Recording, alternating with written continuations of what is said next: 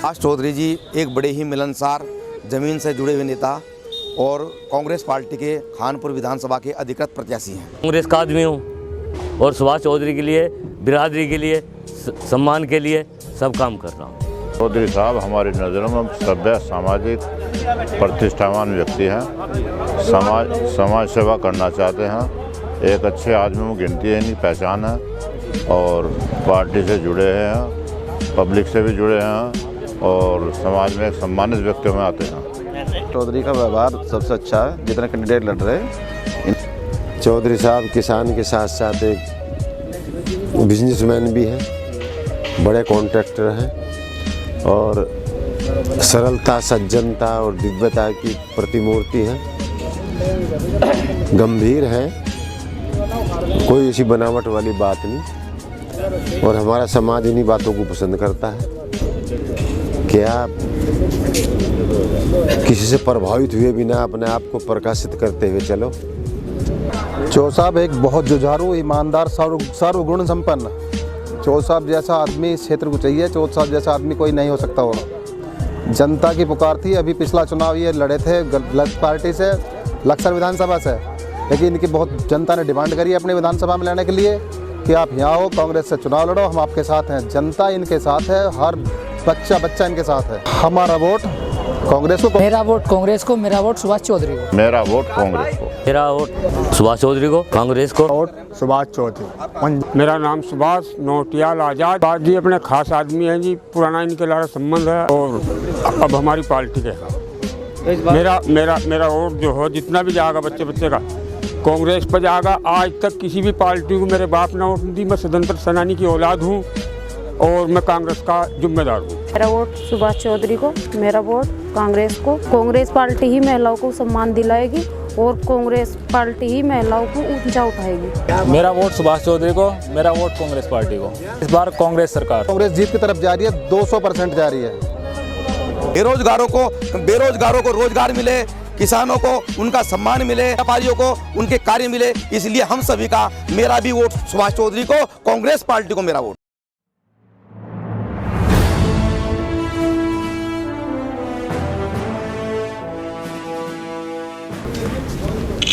क्योंकि हम बात करते हैं स्वभाव की, और स्वभाव में सबसे अच्छा होता है व्यक्तित्व, क्योंकि व्यक्तित्व से ही जानी जाती है आपकी पहचान। और पहचान की हम बात कर रहे हैं चौधरी सुभाष जी की, तो इस वक्त हमारे साथ हैं। नमस्कार दर्शकों, आप देख रहे हैं राही न्यूज़। मैं सोनू कश्यप। खास जानकारी आपको दे रहा हूं इस वक्त विधानसभा आपके खानपुर से, क्योंकि खानपुर में बहुत बड़ा एक रोमांचक स्तर चल रहा है। क्योंकि राजनीति की हम बात करें तो राजनीति में सबसे ज़्यादा एक अपनी भूमिका रही है, और 20 साल किसने राज किया है, 20 साल में कितनी जनता खुश है, उनसे भी हम आपको दिखा रहे थे। तो सबसे पहले आज हम इंट्रोडक्शन करा रहे हैं चौधरी साहब का। चौधरी साहब राम राम। राम राम जी। क्षेत्र में भी जैसे कि आप भी लगातार को मिल रहा है कि जनता किस तरह का विधायक चाह रही थी। देखिए, जनता यहाँ जो है, यहाँ जनता को सेवक चाहिए जी। यहाँ जनता चाहती है कि सेवक मिले हमें, ना कि राजा। तो इसलिए हम लोग इसी बीच में यही जा रहे हैं सब लोगों को कह के कि हम जो आपको मान सम्मान की, आपके पूरे मान सम्मान की रक्षा करी जाएगी, उसका ध्यान रखा जाएगा। इसी बीच को लेकर हम जनता के बीच में जा रहे हैं। अच्छा, जनता बहुत सारे कुछ लोग हैं जो लगभग चाहते हैं कि आपका एक जीवन परिचय भी उनके सामने आ जाए। क्यों आपको ऐसा लगा कि राजनीति में अगर हम समाज सेवा करें?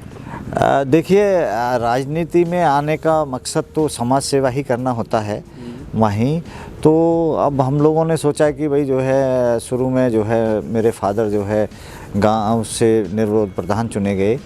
उसके बाद फिर मुझे कुछ ऐसा लगा कि भाई अब जो है थोड़ा सा सब कारोबार है जो भी है वो बच्चों को सौंप के, और मैंने सोचा कि मैं भी अब थोड़ा सा जो ना समाज सेवा कर लूं, जिससे कि जो है मैं एक अंदर से ही ये निकला कि मुझे कुछ समाज सेवा कर लेनी चाहिए। अच्छा, बचपन से 55 की ओर चलते हैं और 55 से बचपन की ओर, तो कैसा था आपका एक, जिस टाइम पे आप एक युवा अवस्था में थे, तब आप भी देखते हो कि किस तरह के नेता हैं, किस तरह की राजनीति चल रही है क्षेत्र में, क्योंकि राजनीति तो बहुत स्तर है लंबा, और कांग्रेस का भी अपना एक लंबी पहचान रही है। तो उस समय में आप क्या दृष्टिकोण था? नहीं, देखिए, मैं शुरू से ही जो है कांग्रेस से जुड़ा रहा हूँ। बीच में बस एक बार बसपा से चुनाव लड़ा हूँ, नहीं पुराना पहले शुरुआत ही मैंने कांग्रेस से करी थी।